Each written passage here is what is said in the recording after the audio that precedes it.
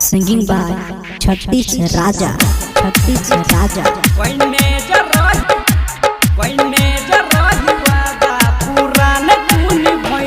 कोइने जरही वादा पुरान तूनी भइले जोने गे बेवफा तू सनम कोइने जरही वादा पुरान तूनी भइले कोइने जरही वादा पुरान तूनी भइले शीशा के जैसन दिल तू गे शीशा के जैसन दिल तू हमर तोड़ दलही कोइने जरही वादा पुरान तूनी भइले जोने गे बेवफा तू सनम कइने जरही वादा पुरान तूनी भइले कइने जरही वादा पुरान तूनी भइले शीशा के जैसन दिल तू गे शीशा के जैसन दिल तू हमर तोड़ दलही कइने जरही वादा पुरान तूनी भइले।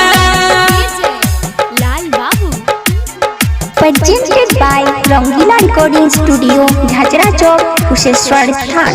Jhajra Chowk, Kusheshwar Sthan. हाँ जब देख रहो धोखा ते प्यार नहीं तू करते प्यार नहीं तू करते प्यार नहीं तू हाँ जब देख रहो धोखा ते प्यार नहीं तू करते सोचल पूरा सपना के माटी में मिलइले माटी में मिलइले तू जान जान कह के तू दिल में बसइले जोने के बेवफा तू सनम तू जान जान कह के तू दिल में बसइले कोइने जरही वादा ह गए कोइने जरही वादा पुरान तूनी भइले शीशा के जैसन दिल तू हमर तोड़ दलही। Mixed by Raman Alvela. Raman Alvela.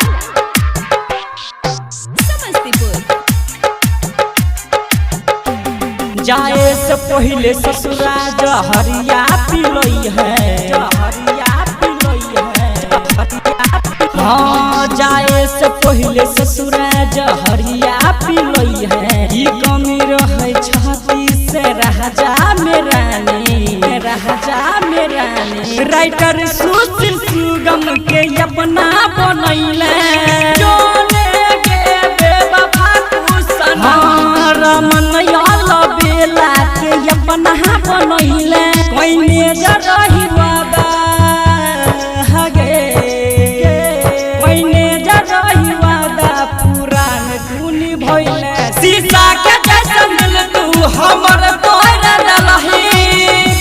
Recording by Rangila recording studio, Jhajra Chowk, Kusheshwar स्थान।